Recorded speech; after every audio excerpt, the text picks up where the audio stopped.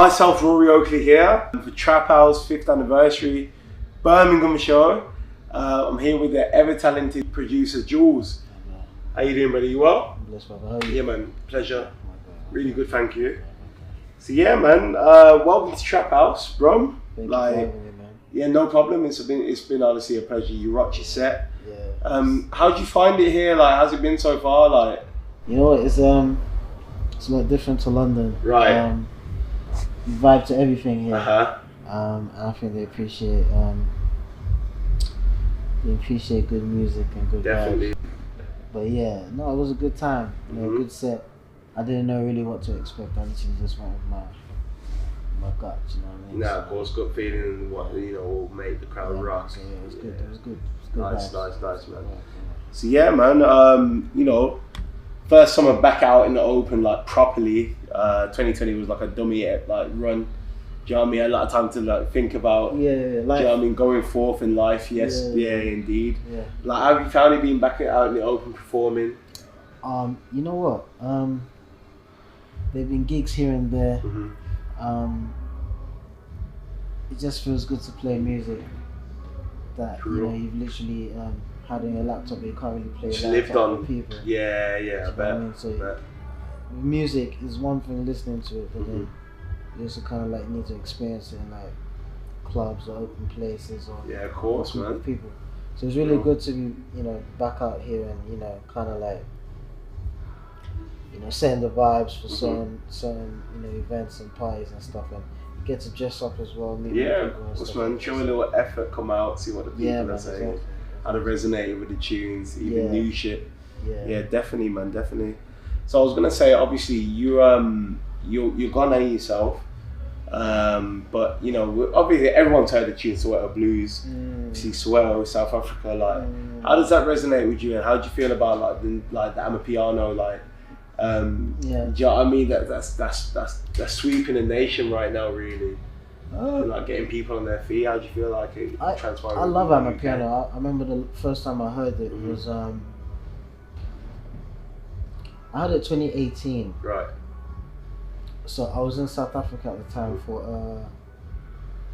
a writing camp. Right. Amapiano wasn't really like servicing, but I heard a record from this guy called Questa from South Africa. Right. And it was kind of light and stuff like that. But then a year on, I heard Scorpion Kings by Maparisa and Kabza, and I just fell in love with it because it's giving me like house vibes, but at the same time it's very slow. You kind of realize there's something happening. Like, do you know what I'm saying? Yeah, it's a moment. I don't know what it was. I was just like, no, this is a vibe, and I'm gonna enjoy the music. You know what I mean? And then when I was in the studio making beats, I would try my hands at a couple of things, but then I just add my own twist to it. And I guess that's how Soweto Blues came about. Right. But to pay homage to South Africa, I just thought let me also go there, connect with them. Yeah. So I met everybody there. I mean, I have a relationship with certain people. But then it was good to like just be with them and connect. So meeting Maparisa, Siswa, very good, deep, Jazzy Q and the Disciples and all of that stuff. So originals from in and around them. It's always good to kind of like connect and build a relationship. So obviously you're a man that has a lot of collabs out here. Who were some of your favourites? Like, if you to lift off a few, whatever comes to your mind first. Like, in which you resonate with it as soon as you touch studio. Like, it's synonymous in the process. Like someone I work with, one they call. Right. It's one they call. He sings and vibes to everything. Right. But then he and I will know when this is the one, and when we know it's the one, that's when we work on it. Right. Do you know what I'm saying? Synergy just works. Does its own magic. Yeah. One they call is definitely one of my favorites. But getting in the studio with Wiz and getting in the studio with Burner, it's pretty much the same thing. Yeah, I was gonna say, like, you know what I mean? Some big boys. It's just that I don't really have. It's weird. Me and Wiz are very good people. Like, he's a very good guy. He shows love to everybody. Have deep conversations about life. Right. But it's one they call that I kind of like met first before I met all of them else. Right. I think I met Burner before one day, but me and one day obviously resonate with each other the best. Our birthdays are like 6 days apart. Right. You know, we have that relationship. I was gonna say myself, I saw that you're born 25th. Yeah. But October I'm born 26th. So yeah, man, Scorpio boys. Exactly. You get me? So, yeah, man.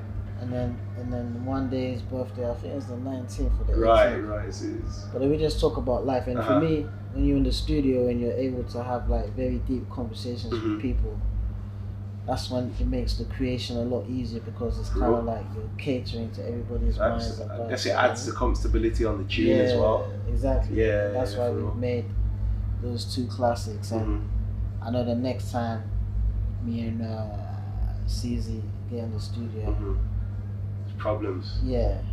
That's why I don't want to rush it, because I know that if we grab each other and we go to some place like Jamaica, it's done. Madness.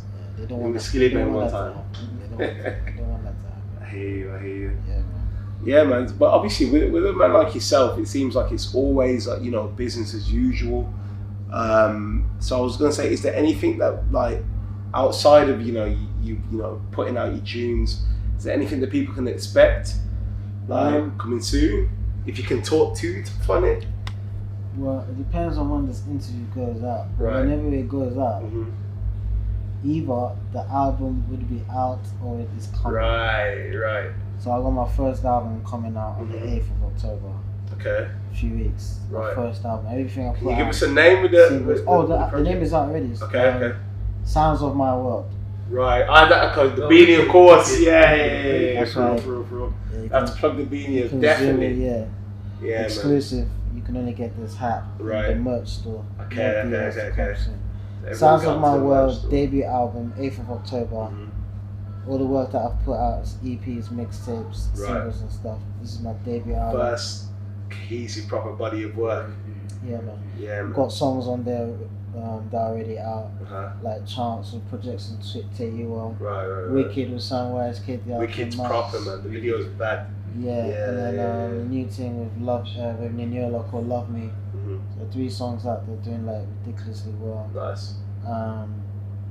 Yeah, man. So Sounds of My World should be interesting. Some interesting collaborations. Coming to mash up the world. So I'm just coming to get the vibes, bro. Definitely. People to give birth, have children, make love to. Of course, enjoy. So life anthem.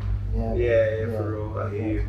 And I was gonna say, what advice could you pass over to up and coming young producers that want to carve a name out for themselves, and go on to like follow suit as you you performing songs with talented artists, like, do you know what I mean? Songs are mashing up everywhere. Like, what would you pass on to them if you could?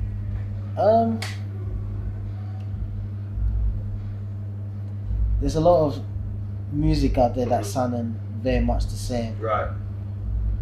So I think it's always good to kind of like differentiate. Yeah, and be different. You know what I mean? I don't know how different we can really be, but there needs to be some sort of element that is kind of like just a bit distinct. Yeah. And then once you find what that is, then you find an identity. So when somebody picks up, or when somebody's listening to a song, they know that Rory produced it because of his ethnicity. Or Right. Yeah. So it's a bit of your identity onto the track. Do you know what I mean? So identity, difference in sound, patience. Definitely, you have to be patient. Right. And my best advice, people really don't take it, but I feel like you should find that one person who you feel fits your sound perfectly. Right. And you feel like you guys can both build a brand together. Yeah, it's like a franchise. It's not just about the music anymore. Yeah, for real. But there's some people who are making some really good music, but they're just not taking care of themselves physically. Right. Do you know what I mean? You need to, they're not full packaging it like they should be. Unfortunately, music is not just about the songs and stuff like that. There's a lot more that comes with it, man. The attention span's short nowadays, so.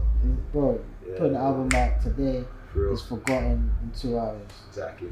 So another thing you also need to prepare for is like making sure you have a very strong rollout. I don't know how significant you want it to be. Right. 3 months, 4 months. You want people to be forever. Yeah, for real.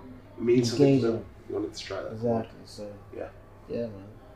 Look at Wizkid, for example, Made in Lagos. That will drop 29th of October. Still ringing. Still ringing. The Americans are going crazy. Yeah, it's not. It's just about to go off. It's not. Yeah, for real, for real. Yeah, man. Juls, absolute pleasure. Thank you for your time, brother. Okay. 5th year Trap House anniversary, Brum edition. Rory Oakley, pleasure.